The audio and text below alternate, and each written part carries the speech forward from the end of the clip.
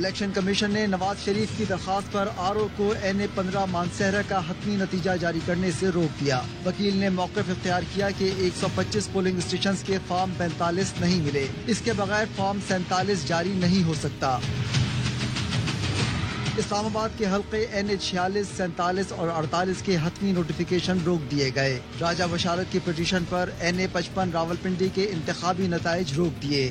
NA-47 سے PTI کے حمایت یافتہ امیدوار شعیب شاہین کہتے ہیں نتیجہ درست ہونے تک روزانہ احتجاج کریں گے۔ ہم کسی کرپٹ سسٹم کا حصہ نہیں بنیں گے جب تک ہمارا رزلٹ درست نہیں ہوگا۔ روزانہ 2 بجے ہم یہاں احتجاج کریں گے، ان ڈاکوؤں کو ڈاکہ زنی نہیں کرنے دیں گے، ہم اسمبلی میں جائیں گے، ہم ان کو ایکسپوز کریں گے۔ ECP نے پختونخوا کے سابق صوبائی وزراء تیمور سلیم جھگڑا اور کامران بنگش کی درخواست پر PK 79 اور PK 82 کے حتمی نوٹیفیکیشن پر فیصلہ محفوظ کیا۔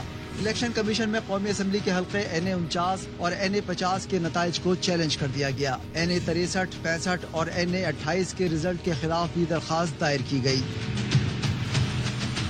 پنجاب اسمبلی کے حلقے PP 16، 14، 20 اور PP 31 کے حتمی نتائج روکنے کی درخواست دائر کر دی گئی۔ PP 59، 33 اور 11 جبکہ بلوچستان اسمبلی کے حلقے PB 1 کا نتیجہ بھی ECP میں چیلنج کر دیا گیا۔ ROs نے پوسٹل بیلٹ پیپرز کے ووٹوں کو شمار کرنے کے لیے قومی و صوبائی اسمبلیوں کے امیدواروں اور ان کے نمائندوں کو بلا لیا۔ پوسٹل بیلٹ پیپرز کے سیل لفافے امیدوار یا نمائندوں کی موجودگی میں کھولے جائیں گے۔ الیکشن ایکٹ کے مطابق RO پوسٹل بیلٹ سے متعلق امیدواروں کو تاریخ اور وقت سے آگاہ کرتا ہے۔ غیر حتمی نتائج کے اعلان کے بعد پوسٹل بیلٹ پیپرز کو شمار کیا جاتا ہے۔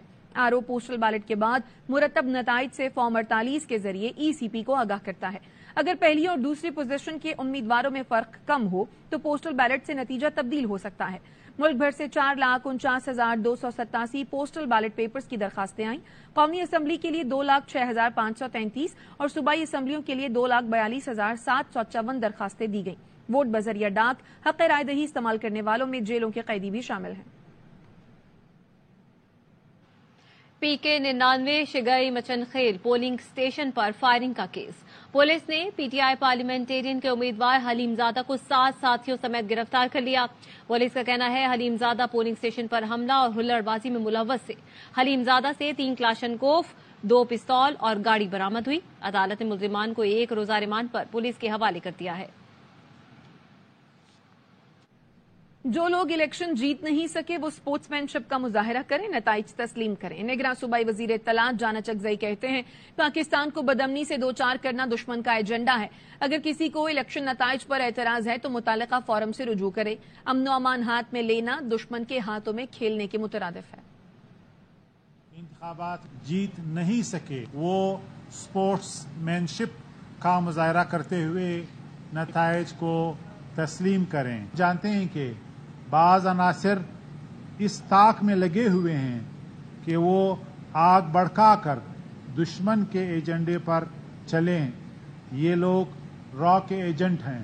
اگر ان کے کسی فعل سے جمہوریت کو نقصان پہنچا تو وہ اس میں برابر کے ذمہ دار ہوں گے۔ ان کا حق ہے احتجاج اور دھرنا، لیکن جو پروسیجر اور اسٹرکچرل میکینزم ہے وہ یہ کہ ان کی ری کاؤنٹنگ ہو۔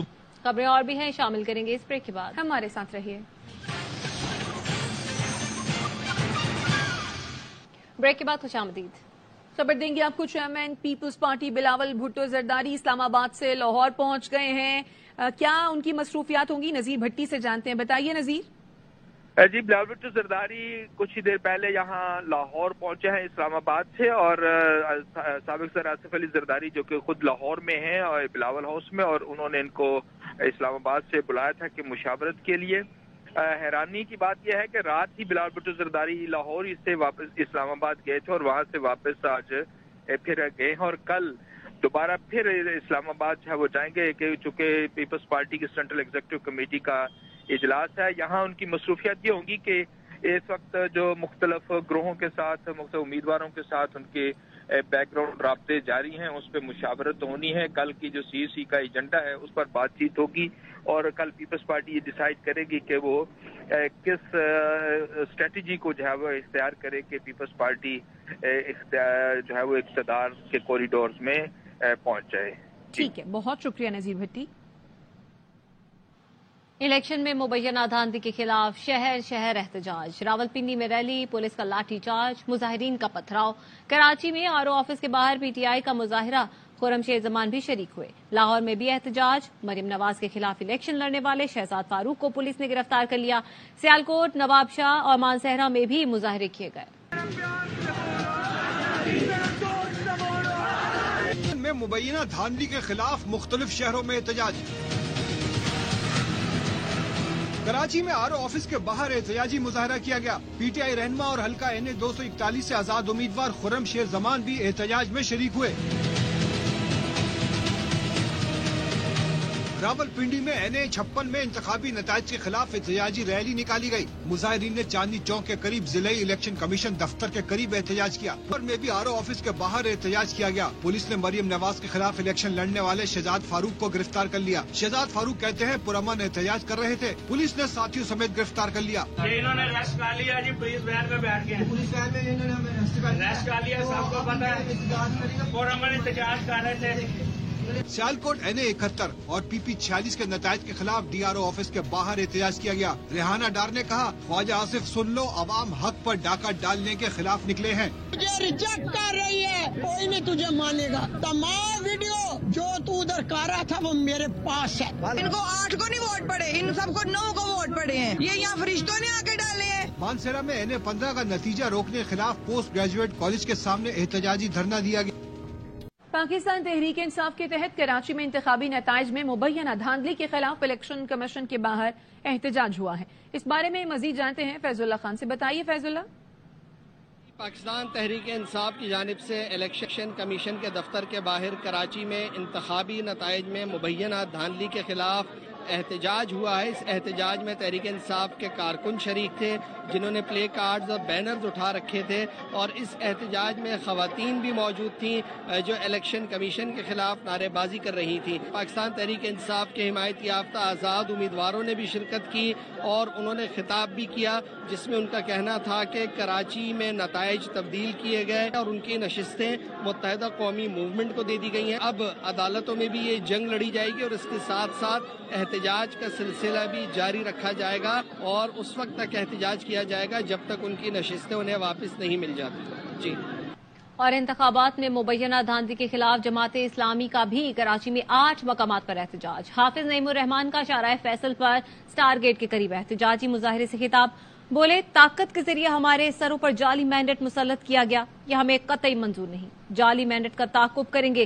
شارع فیصل، کورنگی، واٹر پمپ، ناظم آباد اور دیگر مقامات پر احتجاج کے بعد سڑکوں پر ٹریفک جام ہو گیا۔ ترجمان ٹریفک پولیس نے شہریوں کو متبادل راستے استعمال کرنے کی ہدایت کی۔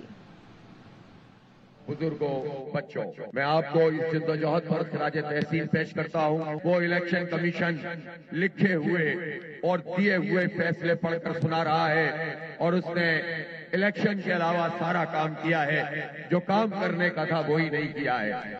پاکستان تحریک انصاف نے آئین پامال کرنے پر چیف الیکشن کمشنر سے استعفے کا مطالبہ کر دیا۔ ترجمان نے کہا ہے، عوامی مینڈیٹ کے برعکس کوئی منصوبہ قبول نہیں، ہماری اکثریت ہے، حکومت بنانے دی جائے۔